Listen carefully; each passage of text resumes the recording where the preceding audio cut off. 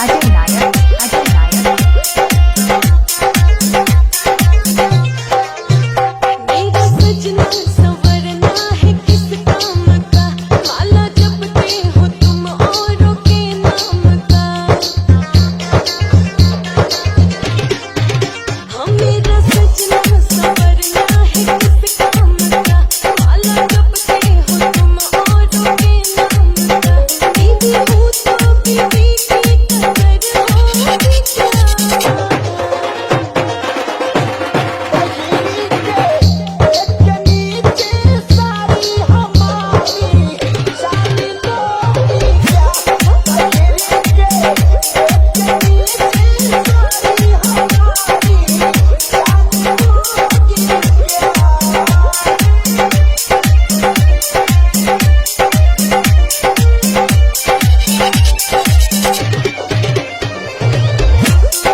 DJ नायक, DJ नायक, DJ नायक, DJ नायक, DJ नायक।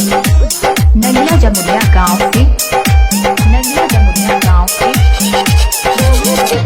तो पतिया बदल देते हो, सगरों दिलवा के सरसा कुचल देते हो।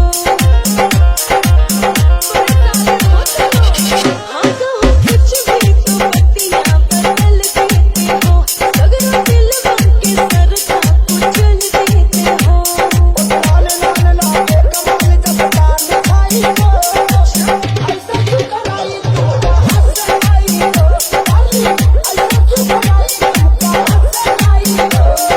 हमसे भी ज्यादा कोई सुंदर होगी क्या।